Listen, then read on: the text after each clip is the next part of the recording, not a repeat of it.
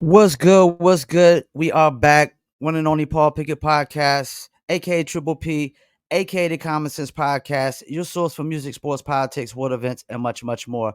Tonight's interview is probably going to be a controversial one, probably a funny one, and an entertaining one. I think this guy goes by the green-headed geezer in the bare knuckle world. I've heard one podcaster say he might be the most hated name in bare knuckle. And I've also heard him say he was the most talked about guy at 0 and 1. So that says a lot too. Let's bring him on, Brandon Lambert. What's going on, Brandon, Paul? what's good, man? What's going on, Paul? Appreciate you having me on today, bud. I'm glad you did this. I want to start with just you in general at first. Let's start with like your Muay Thai background. Tell us a little bit about that. Well, I mean, I embellished a lot of it, just tried to get signed. I did live in Thailand for a while. I did some kickboxing for a long time, did some village fights, things like that, but nothing really sanctioned or recordable. I talked with Sean Wheelock about it before during my interview, and he's been over in Miramar and seen all the Southeast Asian markets and kind of see how everything goes. Mhm. So he kind of knew where I was coming from. I think he knew that I didn't have the experience that I told Dave that I had in the beginning. But I was trying to open up the door and get to where everybody was wanting to be at the time, and it just happened to work out. Now, what made you want to get into bare knuckle, and what was the process like of getting into bare knuckle? Um, to be 100% honest, I got into bare knuckles so I'd have a platform to be able to share my story and reach my children. I'm being alienated from my 3 children from my previous marriage. I Okay. haven't seen them in 4 or 5 years, and I'm not having any luck with court systems or anything like that. So I was using this as a platform to kind of be able to spread that message a little bit. And what was the process like trying to get in there? I mean, so I knew Vince Anderson. He had reached out to me because I owned a CBD company at the time, and I used to sponsor a bunch of athletes, Dustin Poirier and everybody at American Top Team in South Florida and all that. And I started going to a couple of the BKFCs. I cornered Chris Sorrow at like BKFC 8 or wherever it was, and I was talking about a lot of people don't know this. Just to back up a little bit, I was really involved with Bellator MMA, very Okay. involved with them. I was their sole CBD sponsor. I was at every event, and I had gotten into it with Logan Paul right when Okay. he had signed that DAZN deal, and DAZN was dealing with Bellator. So we had gotten into it before the fights had started. We were cage side, and we got into it. And I remember reaching out to Mike Kogan, and I was like, "Hey, I want to fight Logan Paul." And he's like, "Well, he's trying to get into MMA." So they started to try to put that fight together, and COVID happened. So Logan said, "Look, if we can't do this fight in the next 6 months, I'm going to boxing." And it wasn't a Okay. week later, Bellator said that they're canceling all events for the rest of the year at least. So that killed my whole shit. And that kind of got me sparked into saying, "Hey, I want to get into bare knuckles." So I started doing mushrooms to kind of reset because I suffered from depression. And Wow. I seen myself in the ring.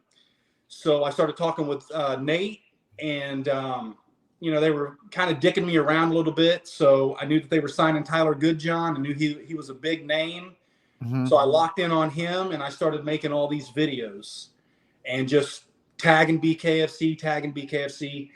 And it took about 6 or 7 months for them to really take notice. But everybody in BKFC, and I'm talking about the office people, not the fighters, but the office people, everybody loved me. They were telling Dave left and right, "You've got to sign this kid. I don't care if he can fight or not, you got to sign him." And when they did sign me to fight, they actually flew me to Philadelphia to the headquarters so I could speak with Dave. And Dave did a training session with me. Damon Feldman did a training session with me. And Nate Shook did a training session with me. They wanted Uh-huh. me to come in there, and they wanted me to dominate Jared and become this big face of the company so they could push me. So then when we first got that signed, I was asking for a fight at 165. Okay. They called me and said, "Hey, can you make 135?" And I said, "Yeah, no doubt, for sure." I didn't realize I was almost 180 pounds at that time, and the fight was in 4 weeks. Wow. Eh, That's something I actually wanted to ask you about too, because I've heard fighters say that they spend so much time trying to lose weight. It puts a strain on them. Does it make more sense for fighters to just try to stay at the weight they're used to? Honestly, bro, like I've never been a fan of cutting weight. I don't understand the concept of cutting 20 and 30 pounds when the other guy is cutting 20 or 30 pounds. And then you're still fighting at your almost your walk around weight the next day. I can see cutting weight and fighting the same day like they used to do in England. Yeah. But to do it and then to be able to replenish it just makes no sense. I lost about 42 pounds, I think it was, to fight. And I think I only gained about 15 pounds back. But your body can recover from your water loss. Your body recovers within 24 hours. Your brain doesn't recover for 48 to 72 hours. Man. So you can watch my fight and you can tell, I mean, obviously I'm not, the most skilled boxer in the world, but I had twisted my knee in the back, so I couldn't put weight on my front leg. And I was completely mentally gone. I had no clue where I was at. I was in the hospital for 2.5 weeks after that fight with kidney failure. And did it affect your cardio trying to lose all that weight? Yes. Yes. It looked like you were tired as it went further in. That was the most exhausted I'd ever been in my entire life. I'd never been so tired. When I went down, I was really dazed, and I remember trying to get up, and I physically couldn't get up. And he had when he had hit me, he hit me legally, obviously, but he hit me kind of in the back of the head. Yeah. Equilibrium away. Now, Lytle says something about you got pretty cocky and your antics to that. Like, I've actually never seen that, I don't think, in none of these fights. Did that play any part of it? I think it took away energy. Yeah, I was more focused on putting on a show than I was actually. That's what it felt like. Yeah. Yeah, I like to consider myself a showman. And, when I got in there, I could hear people screaming my name. When they announced me, I could hear the people. And, as a regular dude that I didn't have, 30 or 40 amateur fights. I didn't make this walk before. I was in a stadium. I was on TV. Yeah. And the whole experience was just, it wasn't overwhelming, but I was soaking it all in. So I was more into the entertainment aspect of it than I'm in a fucking fist fight. Now, you didn't even go through the prospect series, right? No, I got signed completely straight on. I got signed in right when they started to do the tryouts. Once I got signed, they started bringing me to the tryouts so other people would come to the tryouts because everybody was messaging Nate saying, hey, how do we get on board because we want to fight Malo? And then that's when they started pushing the tryouts. Now, what was that tryout? That was just one tryout, and then they was like, all right, let's go. Because normally I hear you got to be a pro fighter or they want you to go through this prospect series for a little while. Yeah. Well, so they did the very first tryout before they had any event. That's where Sam Shoemaker and all them came from. Okay. So they had their first tryout, and then they had a couple of shows. And then they weren't really, they weren't having luck with bringing other people in, paying people to come in. They weren't having luck with that. So they're like, we need to find more people to bring in. So they started the tryouts. And the tryout that they had right after I got signed was Plant City. That's where Zach Kalmus came from. Okay. Zach Kalmus was at that tryout. They had signed Jean Herrera, rest in peace. They had signed him from there. Is that the guy that died in the bare knuckle fight? No, the one he just passed away a couple of months ago or last month in a motorcycle accident. Oh, okay. The one that died, the one that passed away at the TikTok event was Justin Thornton. And he actually kind of died after the match, right? Yeah, he fell very awkwardly and broke his neck and then contracted pneumonia or the flu or something like that. Oh, man. Away from that. That's crazy. Now, I saw an interview where you were saying you were having trouble trying to get the fights that you wanted. Is that the reason why you're not in BKFC now? No. So their whole plan for me after I fought Jared, their whole plan for me was to fight dudes lower caliber than me and let me fight them. They wanted me to fight 3 or 4 times, get those wins with those bums, and then they were going to give me a title shot. And then after the title shot, win or lose, They were going to find a position within the company for me to be in, because I told them, look, I want to fight, 3-4 times maybe, and that's it. Like, I'm not looking, I was almost 40 years old at the time. I'm like, Yeah. I don't have a whole lot. I want to be involved with the company and blah, blah, blah, blah. But they wanted to bring in lower caliber people that I could come in and do highlight reels in. And I don't believe in that. Yeah. And I thought that I could make a better living fighting these really good dudes, these Tom Schoafs, these Tyler Goodjohns, all these guys that I called out. It wasn't because I thought I was better than them. It was because I knew that they were great fighters and they weren't getting the recognition that they needed. So I thought, okay, well, I can just make a living out of, everybody wants to tune in and watch me get beat up. They're not going to tune in and watch me get beat up by people they don't know, but they will tune in to watch people that they know are going to stomp me. And that's where I was kind of at with it. So they started offering me, the Luke Parsons, and then bringing in these dudes that they knew winless from MMA and all this. And I was like, look, I don't want to do that. I don't want to do that. And then they finally gave me the Jack Claffey fight. And that dude was coming from WWE. Okay. This fight was happening right around the time that my oldest daughter's birthday was happening. And they were supposed to give me, they were supposed to do a bunch of interviews and all this stuff leading up to this fight and have a press conference. And I was supposed to do an interview to where I was going to be allowed to, tell my daughter happy birthday and whatever. And that didn't happen. And that sent me into a spiral of depression. And then that sent me into a thing of, fuck the BKFC, they don't care. So then I pulled out of that fight. Okay. Not one time did anybody from BKFC call. Like, I made a video, I think, crying online saying, I'm not showing up, I'm not doing this. Nobody from BKFC called me. Nobody. And you got to remember also that I didn't say this either. Me and Nate Shook were fucking best friends. Okay, I didn't know that. We were best friends. We talked every single day. We had vacations together. They came out to Florida. I went deep sea fishing with them. I helped them move into their new apartment. Like, all kinds of shit. Me and Nate were super close. So I've heard all these conversations about all these other fighters. Yeah. And you would think with they always talk family atmosphere that somebody would reach out. Yes. And nobody reached out. Yeah. And then after the Claffey fight, or after that happened, I got on medication, was good.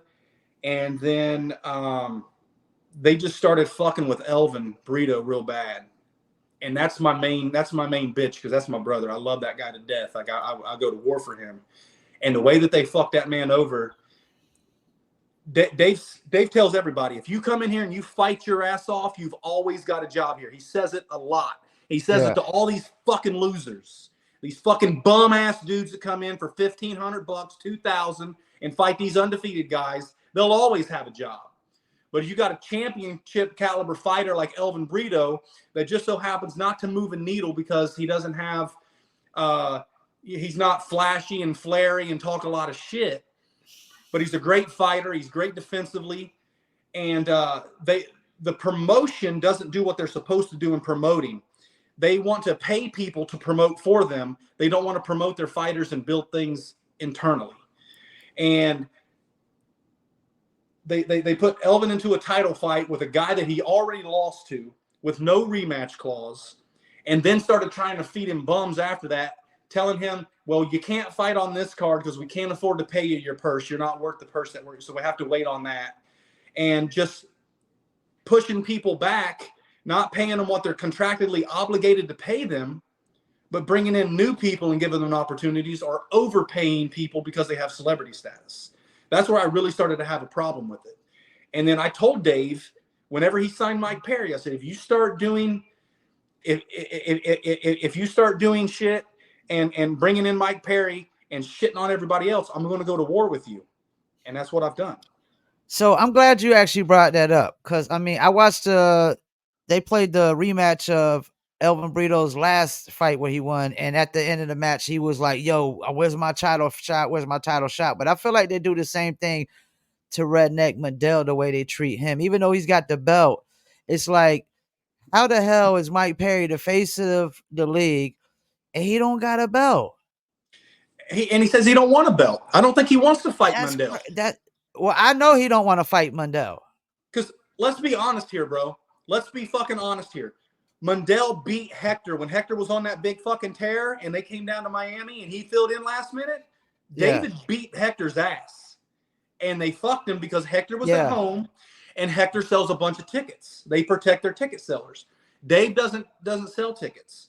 So now what they're doing, this pisses me off even more because if you knew my background, I used to be really close with King Mo. Okay. Like super close with King Mo. Okay. And now they got him going in there. He's on a 5-fight losing streak.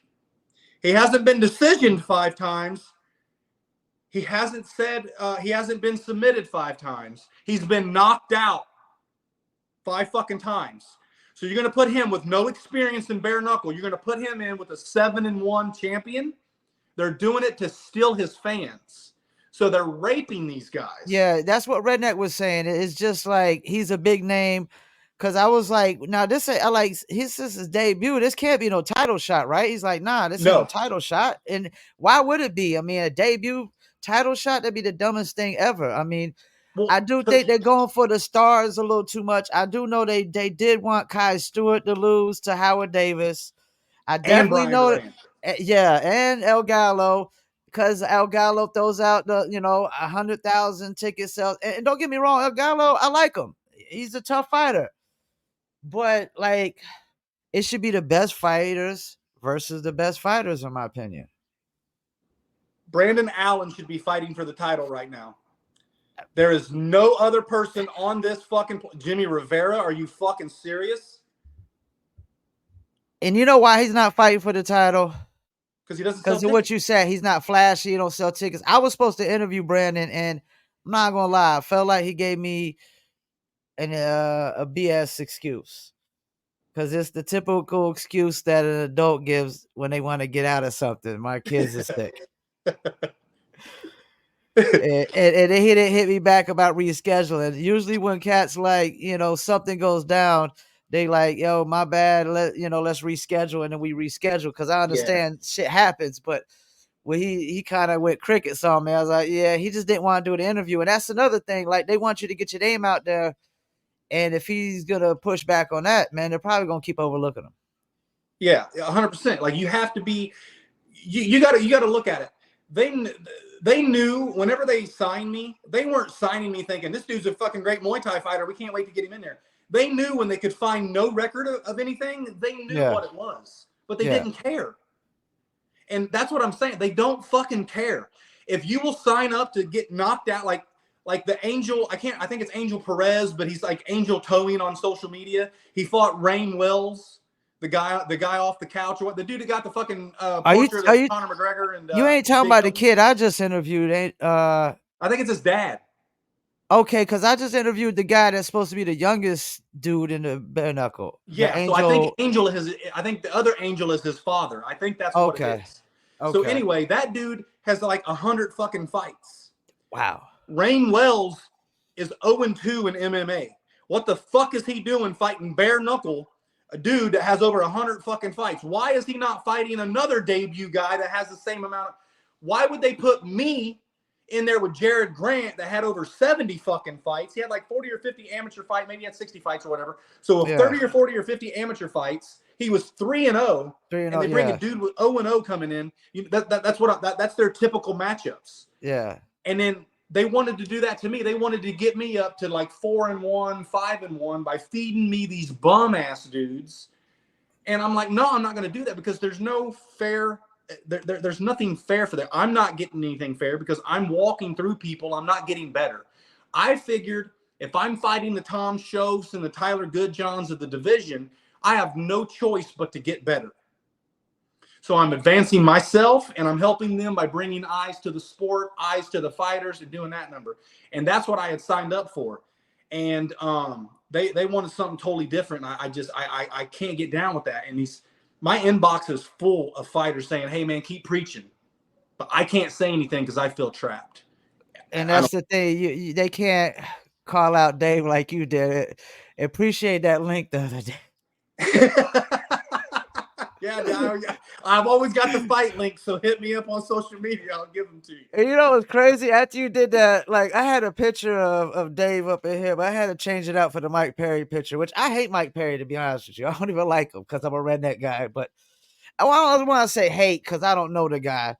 But I just think like they prop him up a little too much, like over some of these other fighters. I mean, I got Luis over here, you know, and I know you were talking tremendously heavy about him, about he's the greatest bare knuckle fighter in your opinion. Yeah, he was always like besides Elvin Brito will always be my favorite bare knuckle fighter because he's a beautiful human being. I love that guy. I'll always go to war for him. But Luis was like the pound for pound guy. You know what I mean? And just like now, they're putting him against Fames. Fames lost to Brandon Meyer. And no disrespect to Beast Mode. Beast Mode's an awesome dude and a good fighter. But I've trained with Fames. Fames should have walked through Brandon. Fames has no heart. Fames is also a thief, in case you didn't know. He borrowed $5,000 from me, is yet to pay me back. Oh, man. And then he also sold Crystal Pittman a fucking dog and then never sent her the dog after she sent him the money. So Fames is a piece of shit. I ever see him, there's going to be furniture moving around. Now, you started making a move into BYB, right? I love BYB. I love everything BYB stands for. Now I saw you were supposed to have a fight, but did you get injured and it had you couldn't do the fight? Yeah, I was. I got offered to get flown out to England and fight Alex Wilson, and I was training in South Florida with Ryan Perez and Slaughterhouse with Brian Duran and HD and all them. Okay. And I tore my shoulder, my labrum tore, completely separated. So I thought about going out there and fighting one-handed and shit, but this is at 185 pounds, you know? Yeah. If it was at 140 or 155, I might have said, hell with it, I'll go out there and whatever. But at 185, those are some big, heavy shots coming. I couldn't move my shoulder, so I hit up BYB and I was like, hey, look, I tore my shoulder. I don't think that I can pass the physicals when we get there. So they pulled the fight. And I've been trying to get a fight with them since, but it just hasn't happened yet. So we'll figure it out, hopefully. Now, have you done any fights in their ring at all, even when you went over there, like training or whatnot? Oh, in their Trigon? Like, yeah, their ring is a lot different. It looks. Yeah, so I did go to the headquarters of BYB down in South Florida, and I did a photo shoot, an interview, and did a little bit of moving around. But we've never done any kind of real training there. Yeah. But Ryan Perez would always set us up with a triangle inside of our ring, and we fought inside of that. Ryan Perez is one of the best boxing coaches I've ever had. Now, for somebody that doesn't watch BYB that much, who's some of the names I should be looking at? Well, I mean, you'll know this name right off the bat if you watch BKFC, but Gustavo Trejo. I'm not familiar with him. Oh, he's the one that knocked out Lorenzo Hunt. Oh, okay. Yeah, so he was in there, and that's another thing. That dude's a beast and a killer, and they wouldn't give him the fights that he deserved because they figured that he was going to lose. Because like I had heard, I don't know this for a fact, and I'm not talking shit on Alan Belcher at all. I think Alan Belcher is an awesome dude. Mm-hmm. He's always treated me with respect and always been nice to me. But I heard that he was helping the BKFC with their social media stuff, and then started talking about maybe fighting. And his debut, he made like 45 or 50 grand. And at that time, they were paying champions like 15 grand. So that was the highest person that they paid at that point until Mike Perry came on board. But that was like 45 grand for just some one-off fight. And then I think what happened was they weren't going to give him the money that he was wanting. So that's why he moved and went on off and did his own thing and went to Gamebred. So what's the biggest differences between BYB and BKFC besides like the fights being lopsided to you? Well, for one, if you fly out of the country, you go anywhere with BYB and you fight on Friday, you don't leave where you're at until Sunday. If you fight on Saturday, you don't leave until Monday. They give you an extra day to chill out. BKFC, you fight, you get done, you get back to the hotel at 2:00. You're at the airport at 4:30 to fly home. Is that why you think they booking people always like Kansas City had all these Missouri guys? Because like you ain't got to fly them nowhere, right? They're no hotels or nothing. It's ticket sales. They need ticket sales. Yeah. So they know that they can get viewership on the app and all that when they have Mike Perry and all that. Those are usually pay-per-view numbers because those Mike Perry fans, they're not bare knuckle fans. They're Mike Perry fans. Yeah, Paige yeah, Van you're Zandt. right. Yeah. So they don't get the app. They just buy the pay-per-view. Yeah.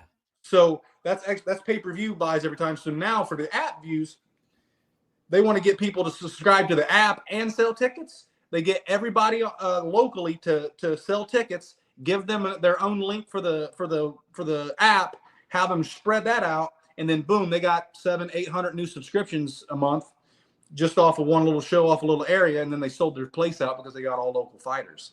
The thing about BYB is they build their fighters because they have, you can see at least 2 or 3 fighters almost every single card. Okay. It's very rare you see a guy fight back to back with BKFC. It's 10, 12, 13 months before they fight again, unless they're Derek Gates or somebody that comes in for a last minute. Like, just explain to me why the most active people on the roster for BKFC are people with losing records. Explain that part to me. And it also seems like they stack the Florida cards so much and leave nothing, let everything else bare across the board. Yes. So this last card where when Brian Duran headlined, that was stacked. Yeah. Justin Iabola was supposed to be on the prelims. Yeah, He I ended like up him. selling a shit ton of tickets. So they took the dude that was on the main card and completely canceled his fight. And who was that? Justin up there. Who was Boom. the one? Who's the one they canceled? I can't remember the guy's name. But I'm not going to call him out because there was another Florida guy on that card that told me about it, and I did some research and found out about it. But there's so many fighters on the BKFC roster that see the truth in what I'm saying, but they don't say anything because they think this is the only place to go. They don't realize that because they see BKFC taking in BYB guys and then feeding them to the wolves and then shelving them. I mean, they took Seth Schaefer. I think Seth Schaefer is a really good fighter. He was the BYB champion. They brought him in his very first fight. Who does he fight? The dude is supposed to already be champion, Brandon Allen, and Brandon Allen folded his clothes with him wearing them, and then he's shelved. Haven't seen him again. With Jomi, they took Jomi from BYB, fed him to a bunch of killers. Jomi ended up winning, and then they held him off of a title shot because he didn't have a following, and that's out of David's mouth, not mine. Yeah. So when you have a promoter telling you you don't sell enough tickets, so we're not giving you a title shot even though you deserve it, you know there's a problem. But for some reason, these dudes have this hex on them that they can't go anywhere else, so they can't say anything, but they message me and tell me to keep preaching. And I don't do it for them. I do it for people like Elvin. When Elvin lost that fight this weekend, you could see it in his face how devastated he was, because now what is he going to do? Because his boss already told him if he loses, he probably doesn't have much left to do for the company. And the dude's had 9 or 10 fights for that company. I saw that. You actually you went in on that, but Elvin was actually agreeing with that. Like, do you think he really agreed with that? He can't. I mean, because he didn't have to comment. I mean, he could have just but Elvin said nothing to step back. Elvin loves to be that voice of reason, that level-headed guy. You know what I mean? Okay. So he probably did that, not even to say anything about himself. He probably did that to kind of lessen the load on me. Yeah. To take back from what I said a little bit, so people wouldn't come down so hard on me. I don't think he commented for himself. I think he commented for me. But there's no way he believes that, because that dude has done anything and everything that company has asked him to do, and he's done it with a smile on his face. And for them to treat him like that is just it's asinine to me, and it should be a wake up call to all these other guys. So it seems like you really, really love bare knuckle, but you kind of got this. It seems like you got a love-hate relationship with BKFC, because I mean you're making money still, like you said, off of the bet. And I saw you posted like you get $1,000 every time you like. Let me ask you this: did you bet on? So you betted on the last one. Did you bet on that Charlene Hedler chick? Or what is No, it? I didn't. So I didn't. Charlene Gelner. Yeah, Charlene Yeah, Gelner. Geldner. No, because I didn't know anybody on this Kansas card. Elvin was the Yeah. only person. Elvin and Jake. Um, I mean, there was a couple people that I knew, but like I didn't know a majority of this. This was all local people. Like it was a very weird event. And they're talking about that Geldner girl going up against for Christine. There's not a woman on the roster. You're not going to find anybody that's going to beat her.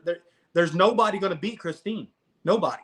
I could agree with you, but when I instantly saw her, I was like, she's ferocious. And if there's anybody that they got to put up against her eventually, she's going to end up fighting Christine. She's going to end up fighting her. She's ferocious because she was against a kitten. She wasn't against another killer. Okay. You know what I'm saying? She wasn't. Yeah. You take a shot from Christine, you're reevaluating yourself, life choices. And I think the majority of it, and I hope neither one of these women get offended by this, but I think the reason that they're comparing them is because they kind of have the same style. You know what I mean? They look the same. They don't have the same facial features, obviously, but they look the same. They have a similar look, similar image. So I think that's why they're kind of comparing them. And I just don't think that you can disrespect Christine by seeing a girl fight one time and beat up a girl that really couldn't fight. She was tough, but she couldn't fight. And then say, yeah, she should fight the champion. Christine should be fighting big name people. When they bring in big names, they should be at Christine's feet because she's deserved and earned that opportunity to make that money. I wouldn't have a problem if they gave people that deserve the opportunity to fight the Mike Perrys and the Chad Mendez. Like Fames, they paid Fames a fuck ton of money to fight Chad Mendez, and all because he could sell tickets. They paid him like $130,000 to fight Chad. Damn. And then he went off and lost to Brandon Meyer. And Justin Seals. I could beat Justin Seals with one arm, and he got dog walked by him. Do you feel like the females might get it even worse, being that like they only get one fight every pay-per-view? All their matches go the distance every time, so you're gonna get typically a good fight. I mean, this last one was good. I mean, girl was beat up, at the end. Yeah, it was a good fight. Yeah, not discounting that. That was a great fight. She just didn't know. She didn't know what she was doing. Really, she was very. Charlene was kind of, I hate to say it, like she was kind of manly with her fight style. Well, and so was Christine, and I don't mean that disrespectfully, but I think me and you are meaning the same exact thing. She's very violent, and you don't expect that from females.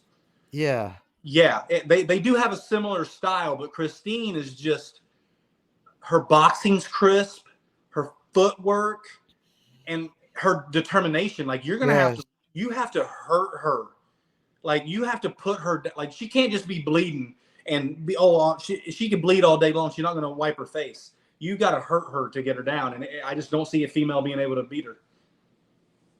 So BYB, what do they got to do to catch up with BKFC as far as popularity? Because they definitely are lacking on that some.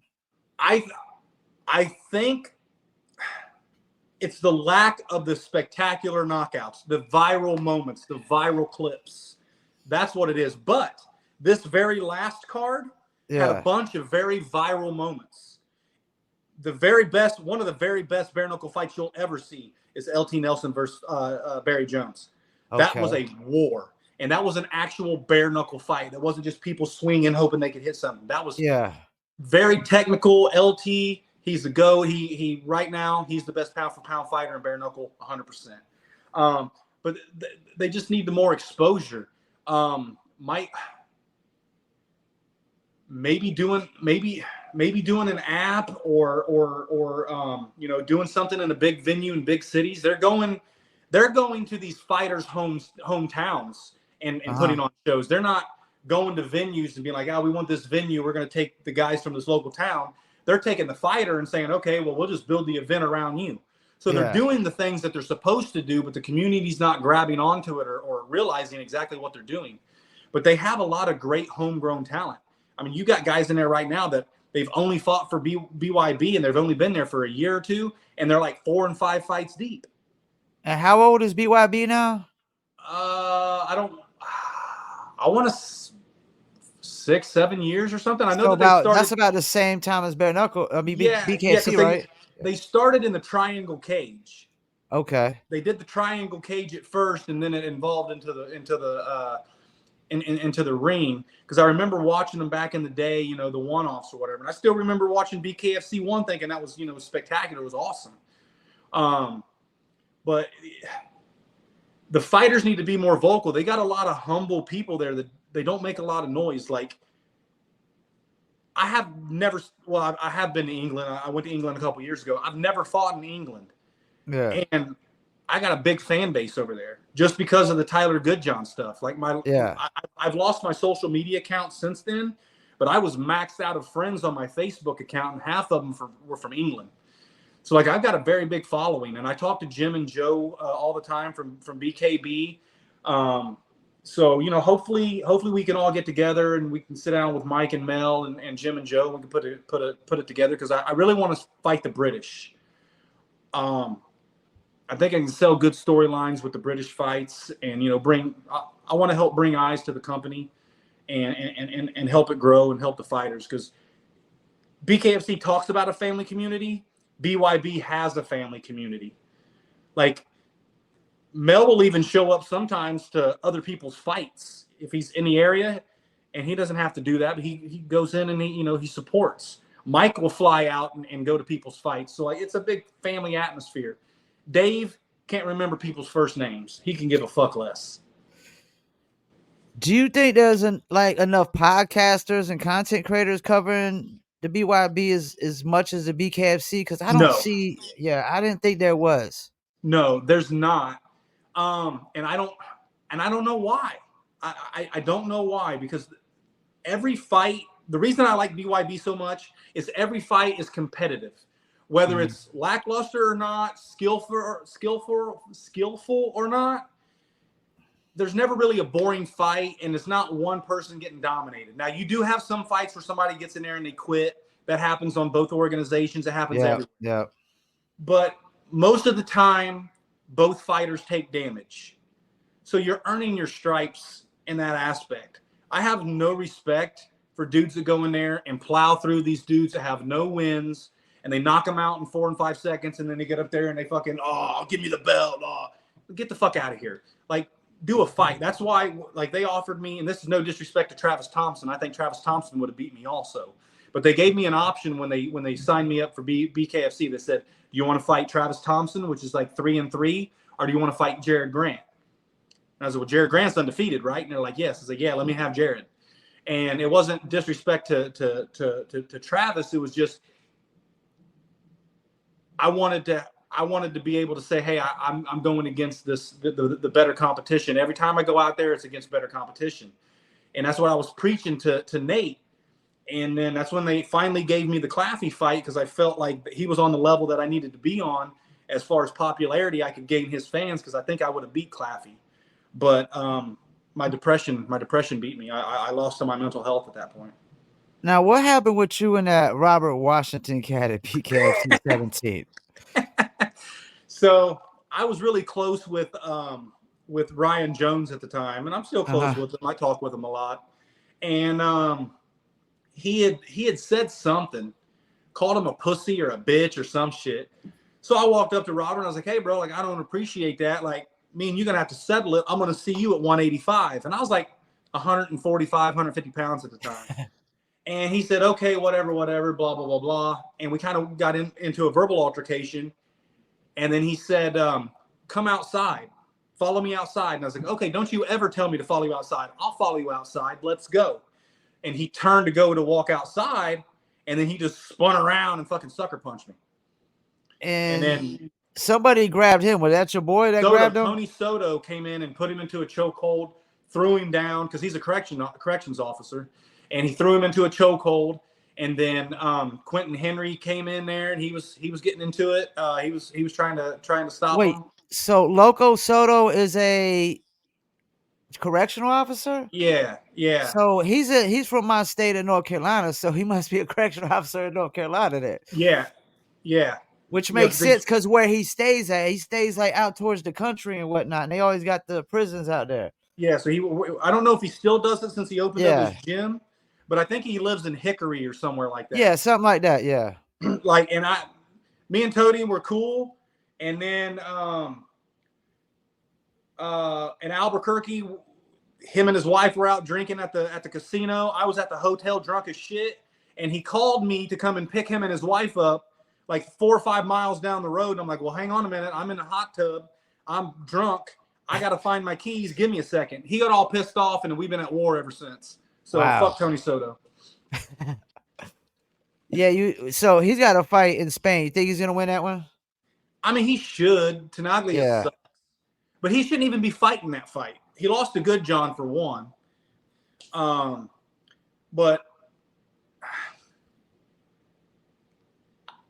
I don't see their draw with him because he has no star power. He has arthritis in both fucking hands. He looks horrible, and he throws wide looping punches. So it's not like he's very good technically. So I don't know why they're putting him on the title shot and why he's got a title shot before all these other guys. But it is what it is. So whatever. Knuckle Podcast said you probably the most hated name in bare knuckle. Is that true? I would say so. Yeah. Because yeah. And they also said you was the most talked about at 0-1. Like, how was that? Yeah, I mean, because like right after my even Dave Feldman Jr. Told me face to face. He said, "You are the best self promoter that I've ever seen," and it's because I don't know how or why it happens, but I just get engagement, and like I can post all my posts. I'll post anything, and they'll be like, "Well, you're 0-1. You suck." Everything comes back to me being 0-1. But everybody that watches Bare Knuckle, they know who I am. Dave Mundell was going after me saying I was the money fight. I was 145 pounds. He's 185 pounds. He was talking shit to me online because he knew that if you contacted me, people were going to look at you. That's why BKFC had me go at Joe Riggs. When Joe Riggs was fighting in Florida, I went to the weigh-ins and got into it with them. They posted that. Then they signed Diego Sanchez. Me and Diego were super fucking close. Super close for years. And then he came on board and they're like, hey, you should start beef with him. So then I started a beef with him and ruined my friendship with Diego over it. Like they were using me to promote all these other guys because they knew people would tune in. And then the cash cow came on board and that was Mike Perry. And then boom, they didn't give a fuck about nobody else. So you think they're always going to have that mindset that if you're not self-promoting, that we just 100% gotta overlook you? You can be the best fighter in the world. If you can't sell tickets or bring eyes to the pay-per-view, they have no use for you. And then they go on and say, well, we want the best fighters in the world. We want the best. No, you don't. No, you don't. If they would just be real and say, hey, look, we like to put on great knockouts, great entertaining fights for violent fan lovers, and that's what we do, I wouldn't say a word about it. But they go off and say, oh, we're this big company and we do all that. No, they don't. All their sold out shows in South Florida, I've went to for free by going up. All you have to do, here's a free tip for everybody. If they're in your area, go the day of the fight and go to the box office and ask them if they have any BKFC tickets. They're going to give you some because they always have sections open. They're never sold out. Dave is a fucking liar. He never sells out. Well, I know they give away free tickets. I kind of got into this whole BKFC thing through Josh Chassie. I don't know if you're familiar with him. No, sir. I guess he's one of the guys that help sell tickets and stuff like that for BKFC, and they go out and pass. He said it like they pass out a bunch of tickets. Yep. And the way they do it is you come there with the free ticket. As long as you got the app downloaded, you don't have to subscribe to the app, but just your ticket and the app, on your phone, and you get in. So we know like every ticket is not sold. Yeah. But with BYB, I was invited to like 4 or 5 different shows, and there was shows that I couldn't get into because there was no fucking seats. They turned Shaq away one time, and then Mike heard about it, was like, hold it, no, we'll get, and he called the venue, got everything done, had the fire marshals all done, and they brought like the 6 because Shaq came with like 7 or 8 people, and so BYB actually sells out shows. Now, granted, they're in a lot of smaller venues. Not all the venues are small. Some of them are smaller. But most of their shows sell out. And you don't need it. Why would you want a big-ass arena and have it halfway filled up? I would much rather have a smaller arena and have it completely packed and have the energy. The energy at the BKFC is cool because you got the lights and all that good stuff. That part's cool. You don't have that much, lights and stuff at BYB, but the energy from the fans and the fight, like you could just feel it there. I love the energy at BYB more than I do BKFC. Now you see a lot more celebrities and stuff at BKFC, but that's because they reach out to their agents and their managers and they give them a shit ton of tickets. And if they would just be real and instead of lying all the fucking time, that's all they do is lie. I've not caught Mike Vasquez in one single fucking lie, not once, but I've caught Dave in a million. Yeah, I heard Bam was supposed to do something with him, and I'm just like, that doesn't really fit to me. Well, he's supposed to do commentary.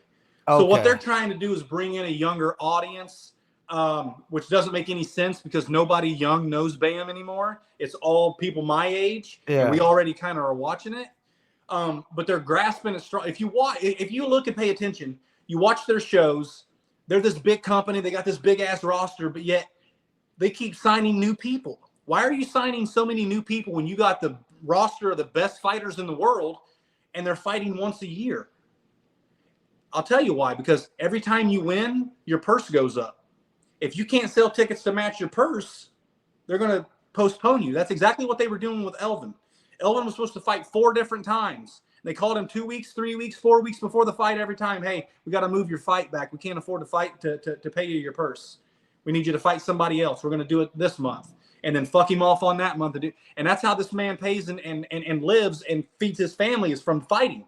You can't promise somebody, hey, you're going to get paid this much money on this date, and then say, well, actually, it's going to be later down the line. You can't fucking do that. And Dave does it all the time. I never got my ticket money. I'm still owed ticket commission, and I never got it. And I sold a fuck ton of tables. I had Bone Thugs and Harmony there. I had everybody at that fight. So what? But you sold some tickets to Bone Thugs and Harmony? I bought the fucking table for them. Oh, okay. So I brought them out, and then I sold like 7 or 8 tables and like 70 or 80 general admission tickets, like the second bowl thing ticket. Like it was a couple thousand, like $10,000-$20,000 in tickets I sold. I should have got at least $2,000 for, but I still have my fight check. I never even cashed it. I just kept it just for a remembrance thing. Now Shaq was at that last BYB fight, right? Yeah. Does he sponsor somebody over there too? No, he just loves fights. He just loves it. Yeah. Okay. Yeah. See, that's the good thing about BK or about BYB. You don't see them shouting out 700 different sponsors because they don't have very many sponsors. Okay. Yeah. They don't need them. Mike is doing this all on his own. Dave is getting 19 million investors. When you have fighters that own part of the company, that tells you something ain't right.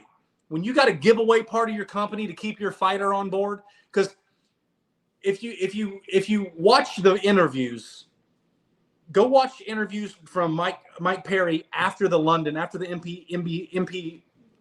Michael Venom Page fight. Mm-hmm. They were saying, oh yeah, you're over here, you're getting all this exposure, and Mike said, I don't know about all the exposure because I was there and I didn't see very many people there. And then I was like, oh shit, he's going to fucking leave. And then boom, they give him ownership and now he signed a new deal with them. And that's why he said Conor can't fire him because technically he's still owner. Do you know if there's any truth to that though? Like Conor firing him? Or is they're not going to fire him. Is that just clickbait? Clickbait. 100% clickbait. It's Conor being Conor. Everybody talks about me getting online and posting crazy shit. Bro, that motherfucker. Whatever. If I had the money Conor had, nobody would say shit about anything I said online. They would just run with it. But since he's got money, he can say whatever he wants. Conor ain't going to fight. He doesn't want to fight. He bought into BKFC thinking it was going to be this big thing. I honestly think that in a couple of years, the FBI is going to come in. They're going to seize control of the BKFC. Dave's going to fucking go to prison for fraud because what they're doing is fraud. I know they're doing fraud. They have to be doing fraud because you can't start with 4 or 5 investors and then in 5 years get all this money coming in, and now you got 600 investors. So what he's doing is he's getting new investors to pay the old investors. That's called a Ponzi scheme. Okay, and you're signing all this big ass talent.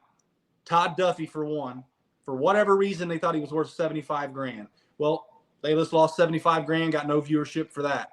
So they're willing to give out 75 grand to people that hopefully will bring in eyes instead of spending that 75,000 on the lower talent that can build up and then bring in eyes naturally. They're wanting to buy viewership instead of build it. And I think that's why BYB is slower at growth than BKFC, is because they're naturally building their viewership. Now, how many fighters does BYB have total? I couldn't tell you. I know it's not a deep roster like BKFC. And that seems like the problem with BKFC is the roster is just too deep. It's for no reason. Yeah.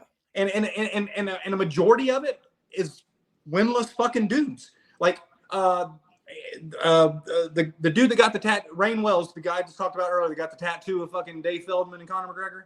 Well, hell yeah, I'm glad you brought that up. That's who now? That's Rain Wells. That's the dude. His nickname, his fight name is the guy off the couch. Okay. So that tells you. He's 0-2 in MMA, 0-1 in BKFC, and he's fighting an 11-5 guy and a 2-0 guy in BK, or a 1-1. He's 1-1. He lost to Jimmy Rivera, I think it was. Okay. So he lost to a legitimate guy, but then he beat the shit out of Trevor Loken, which was smoking people. So this dude's legit. He's going to go in here. He's going to fuck Rain up. And Rain is a business owner. He owns a coffee shop and all that. He can't afford to be going out here and taking all this fucking brain damage. And he's convinced he's going to win this. Like, for some reason, September 13th is going to be different than all the other times he went out there. How old is he? He looks pretty old. He's probably my age. He probably looked a couple years younger than me, 38 or so, probably. Okay. Did he ever say why he got that tattoo? I thought he said he was gonna. I thought he saw in the comments like he said something about why he got it, but like you said, it was the most horrible looking tattoo. Bro, not even the fact that it was Connor and Dave. But Dave, the fact that two men on your back. With the fact that, like, he talked shit about my tattoos are all professionally shot done. Yeah, and I would never put a portrait on myself that doesn't look like the person that, like, Jesus Christ. Looked like they like a butter statue is what they look like. I was hoping that was not permanent, but apparently it was. Yeah, I thought it was a joke at first. I was like, oh, that's a pretty funny, that's a funny, because, I thought about doing that. Like, after that happened, I was going to go get like a Mike Vasquez stencil and put it on my cheek and be like, oh, my new tattoo. But there's no way I'm going to tattoo a promoter. Yeah, I'm definitely going to get Redneck Mundell right here on one side. And Ryan Reber on the other. See, and that's another one too. Ryan has had a couple of easy fights, and they threw Derek Perez in there, and they thought they was going to walk through Derek. And Derek's got that dog in him. Yeah. That right there made me a fan of both of them. Well, I was already a fan of Reber. I always talk shit about him and say he sucks, but that dude has talent like a motherfucker. Yeah.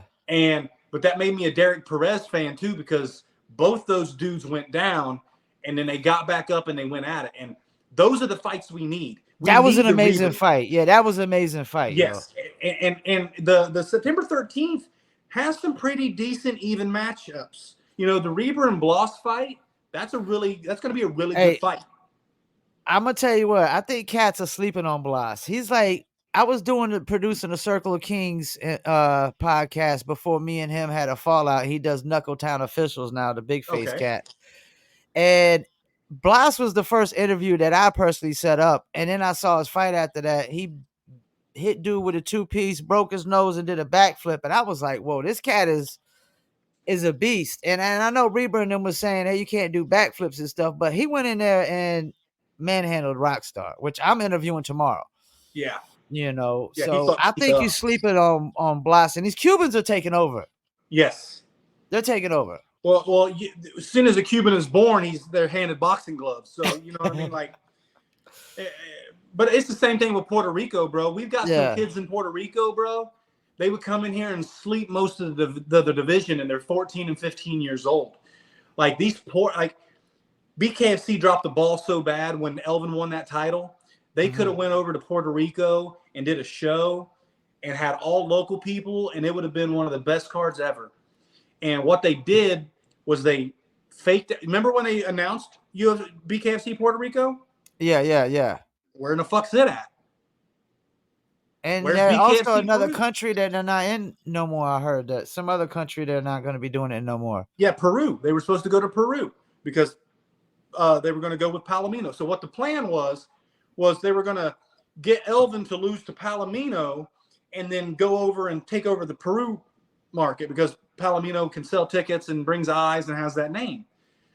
And then, but you have hometown guys that are working jobs or, you know, raising a family, doing whatever, and coming out here and becoming champion. That's something that you should be promoting, not some jack off that got beat up in UFC and didn't have anywhere else to go, and now he's over here because you gave him a bunch of money.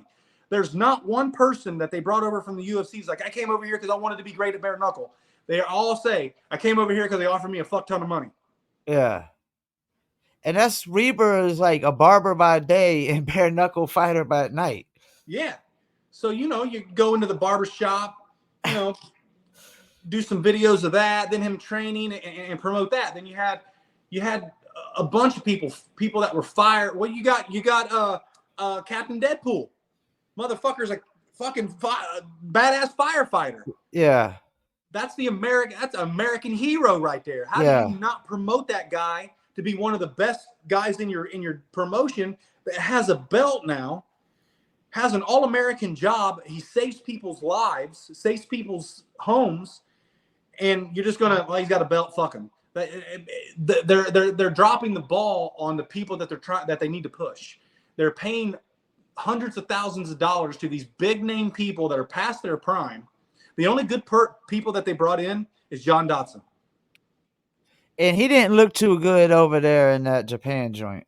No, and even worse, even fucking worse, he just wins a bare knuckle fight for BKFC and says he cannot wait to fight for a resident MMA title. Yeah. That was bad. That lets you know that he doesn't give a fuck. These dudes that they're pushing don't give a fuck about the sport or the company. They're there for the check. And then you got these other guys that this is all that they love. This is all that they do, all that they are. And they can't get recognition because they don't have a big fucking name. They don't have a big name because they don't have the UFC to be a platform for. Yeah. You're taking these guys that have already had a platform and an opportunity to make some of themselves. They fumbled the bag, and then you're just going to reward them and shit on the dudes that built your company? Get the fuck out of here. Like, they should be having, like, where the fuck is Tom Schoaf? Where's he been? You know what I mean? Like, all these older guys that have been around since the early days, they should have a position within the company. Yeah. Yuli just retired. He just fucking retired. And he got a job in BYB the same night. The same night he got a job in BYB staying around what he loves. And these other guys can't get any of that.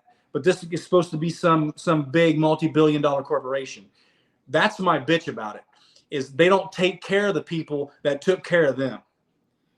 And I think if they don't treat some of these homegrown names that we've been talking about right, like they're going to end up getting too old, retire out, and it's going to be hard to replace some of these names, man. It really is.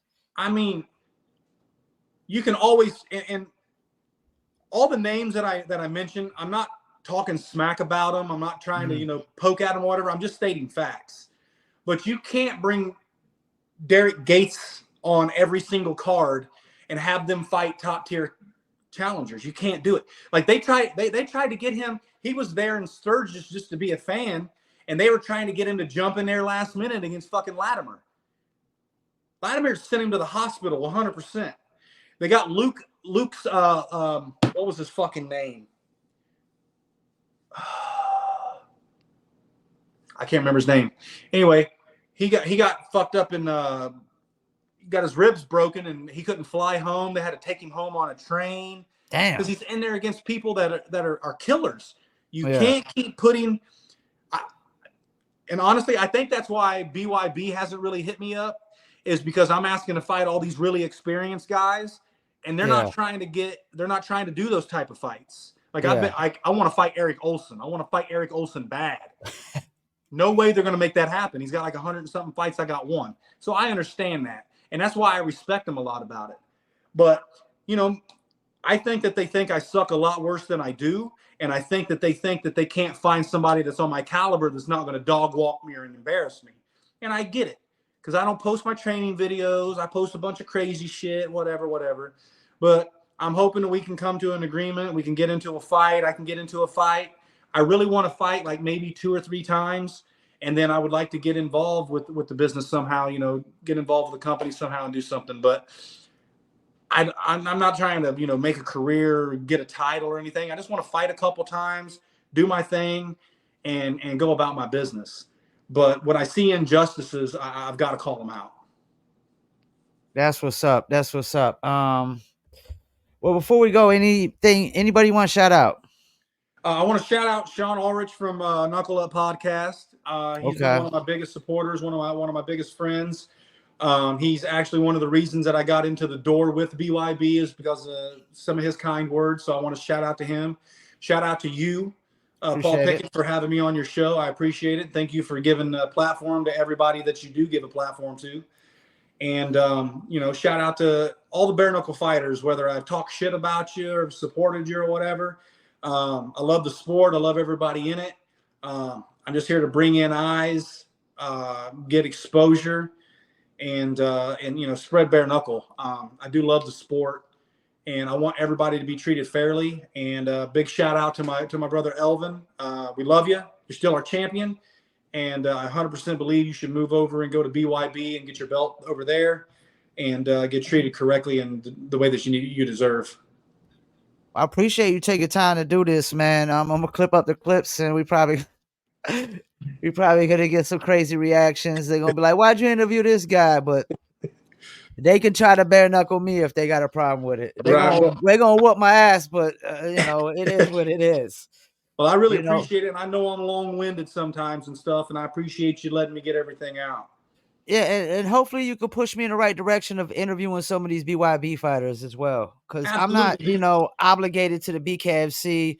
I probably would have been if I would have stayed with the Circle of Kings, but you know, he went his way, I went my way. I'm doing my thing, he's doing his thing, so I'm not obligated to have to just interview any one organization of fighters at all. Well, I would definitely love, and I think it needs to happen. I'll reach out with Sean. He manages LT, and see if LT would be down to come onto the show and kind of explain everything, because he has a very interesting story. That dude has fought every combat sports around, and he's very interesting. I think that would be a very good interview for you. You would learn a lot. The audience would learn a lot and give him some exposure. So like that's he's probably the best bare knuckle fighter, and he has very little exposure, which is crazy to me. I'm definitely interested in interviewing him, just like I was with the youngest bare knuckle fighter. I mean, that's the thing. He told me nobody want to interview him because they didn't know who he was. But like, y'all looking at it wrong. This kid is already like cemented in history. He's 18 years old fighting a bare knuckle fight, you know? Right.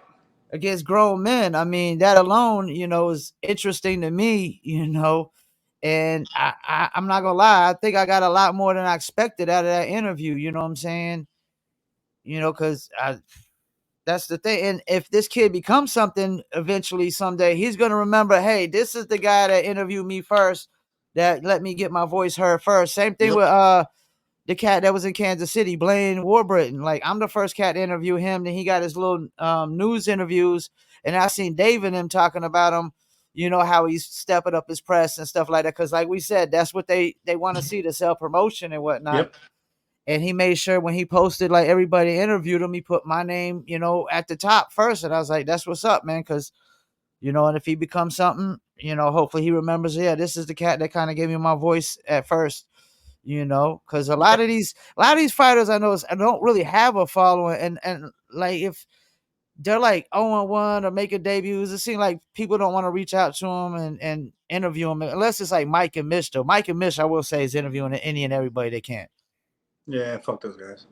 I don't know him personally, so they started talking shit on me because I was talking shit with Tony Soto. I was like, "You're a media outlet. You're not supposed to be getting personally involved in beef. You fucking cocksuckers." Yeah.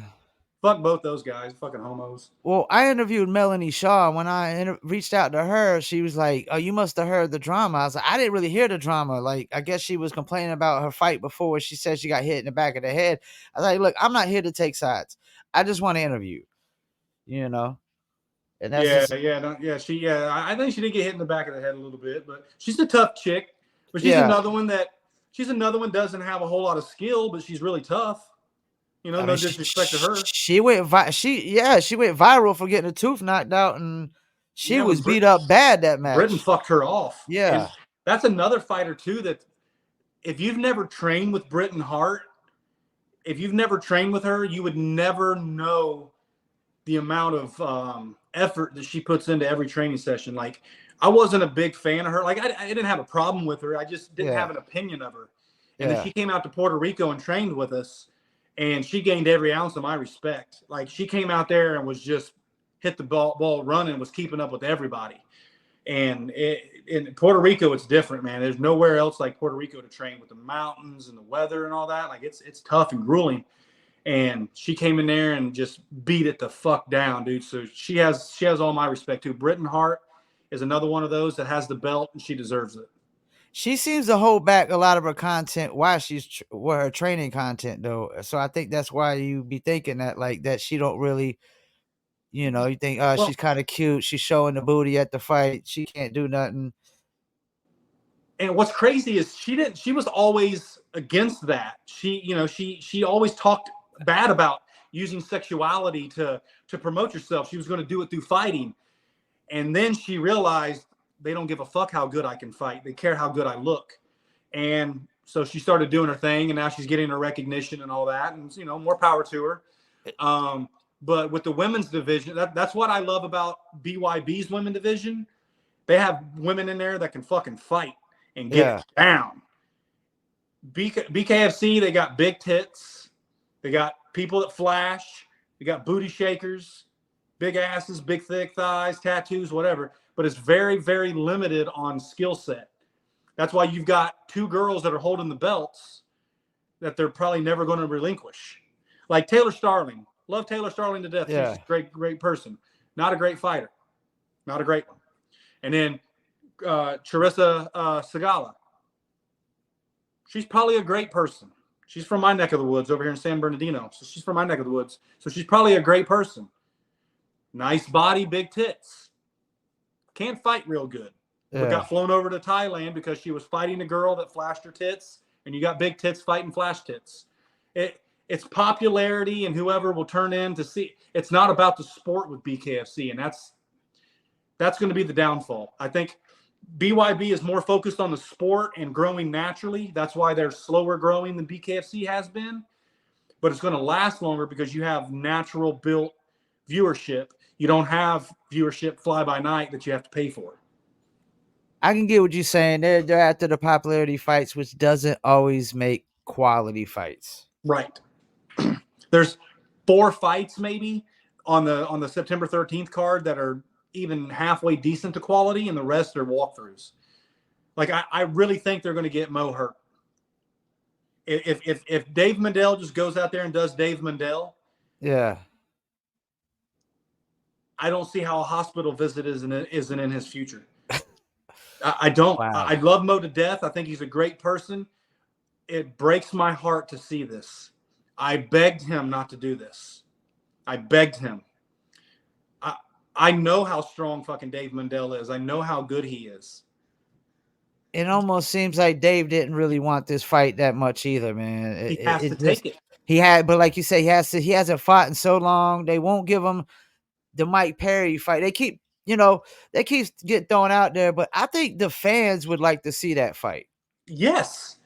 The fans want to see the best fucking fighters fighting the best fucking fighters.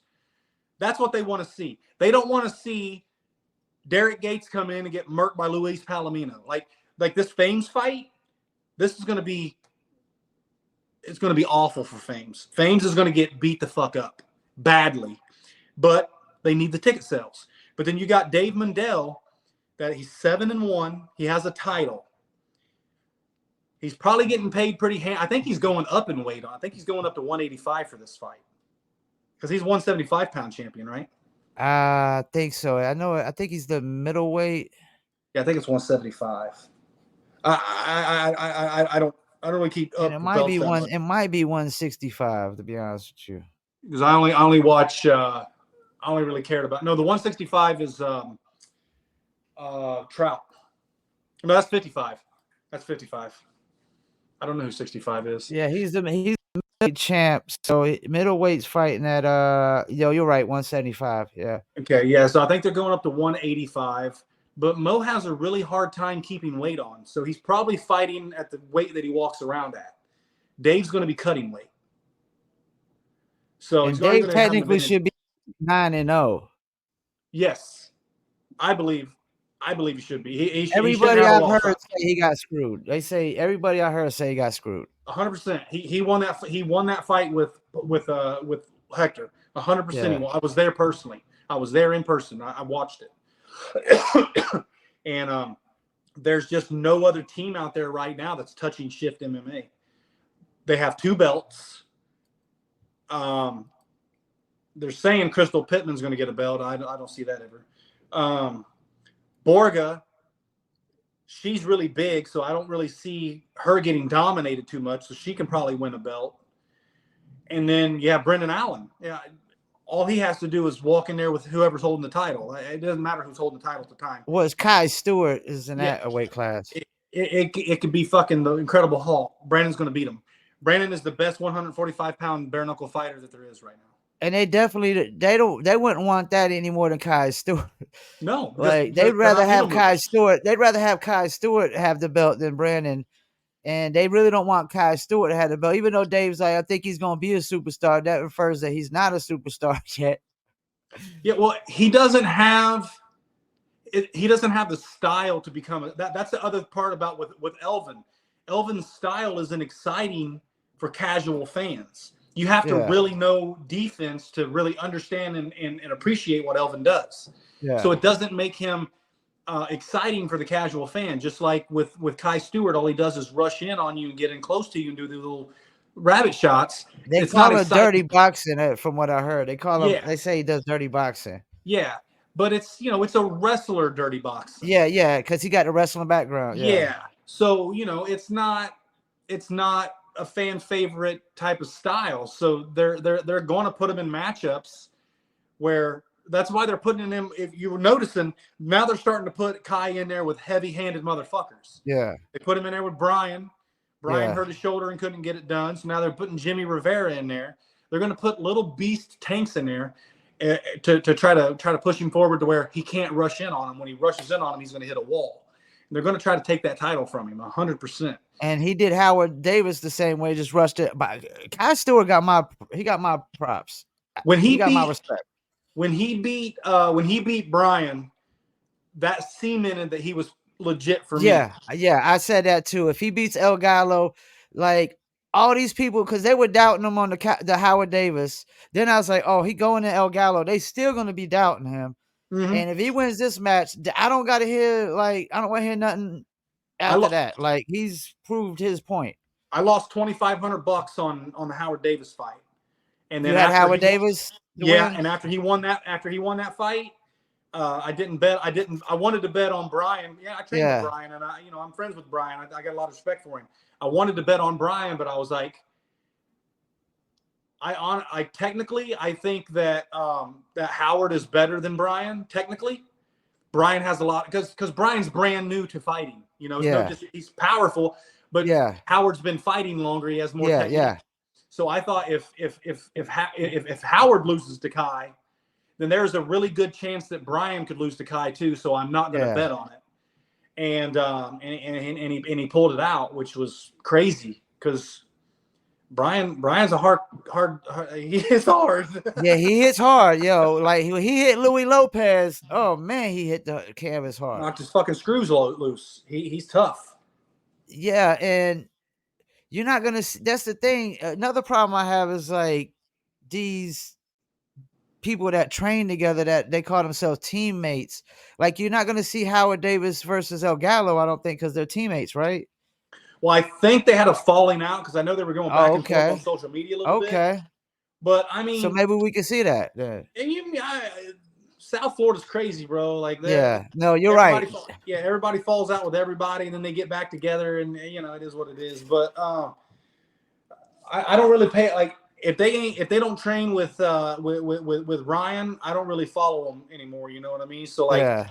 I keep track of Brian because I got a lot of respect for him, and I think we became friends. And I got a lot of respect for HD too, so I follow them. They're not training with Slaughterhouse anymore, but I still follow them a little bit. But I'm a Slaughterhouse guy, so if you're training with Ryan Perez, then I'll go to war for you. All right, we better wrap it up, man. Appreciate you taking time, man. I'm gonna get off here, start clipping up some clips, see what kind of reactions we could get and whatnot. And I usually go hard with the clips. I try to get as many clips as I can. I got 2 different AIs to clip up clips Nice. and whatnot. And even though you hated on by a lot of people, man, you friended the show, man. Hit me up anytime. Definitely, you definitely entertaining, man. And I'm gonna stay following you and supporting what you got going on, man. Well, I appreciate that very much, Paul. And I even though I'm not an active fighter right now, I appreciate you giving me an opportunity to get on the show, man. Yeah, and like this was a really good conversation, man. You told me about some things I don't know. Like I'm not no expert at one bit in this. I just grew a love for this, and when the Circle of Kings thing kind of broke up, I was told myself, nah, dude, that's not it. I'm doing this still. I still got to do this. I still got to be a part of this. I just got to make a name for myself because I was just in the background producing stuff, Mm-hmm. and now that's the thing. Now I How you got, doing it my all? face is out there front and center. But I got another podcast too, Live from Vietnam, which I'm gonna follow you from that too. That's my I music follow you on podcast. there. I Yeah, follow you so on there. I do a lot of old school hip hop interviews and, Yep. and old school R&B interviews and whatnot. But Make sure everybody goes and checks that out because that's awesome content, great interviews, great artists coming on there, people appreciate you've it. never heard of, people that you should hear of. So Yeah. Life in Vietnam is awesome. I appreciate what you do, bub. And let me know if you get a new fight, man. Here, I want to know about that, man. Yeah, hopefully we can get it. We can get it going on with BYB. There's 2 promotions that I would fight for. One's BYB and the other is Chill Sports out of West Virginia. Chase Okay. Hill. Chase Hill is awesome guy, takes care of his people. So I would fight for him, and I would fight for Mike Vasquez whenever he asked. So that's what I'm looking at right now. All right. Well, I appreciate you, man. Yes, sir. You guys have a good evening and All right. stay blessed, Bob. You too. All right. Peace. Well, there you go. Brandon Lambert. Great conversation, man. Good perspective. I didn't know that much about BYB. I'm definitely gonna learn more about it and try to get more acquainted with who's the up and coming fighters, who's the top fighters, and whatnot. But very interesting to hear, the differences between BKFC and BYB. And I think bare knuckle in general is a sport that really has a lot of tremendous opportunity ahead of them to grow tremendously. Boxing being what it is right now, it's not what it used to be back in the days when I was coming up as a kid. UFC might have hit their peak. I mean, they could get bigger still. Who knows? But I'm not into watching dudes wrestle as much as I am just watching the guys knuckle up. And it makes me think about where my grandfather come from. The back in the days when you had to move out when you were 16 years old, get a job on a farm, work for 3 meals a day, roof over your head, and not a penny to your pocket. It just makes me think of just the days when we actually produced tough men. You know what I'm saying? And tough, smart men, because this is not just a tough man sport. It's a smart, tough man's sport. So probably gonna get some controversy and maybe some slack for interviewing Brandon Lambert, but I'm not obligated to interview anybody, just because you love or hate somebody. So I want to thank Brandon Lambert for taking the time and, taking me to school with some of this BKFC history.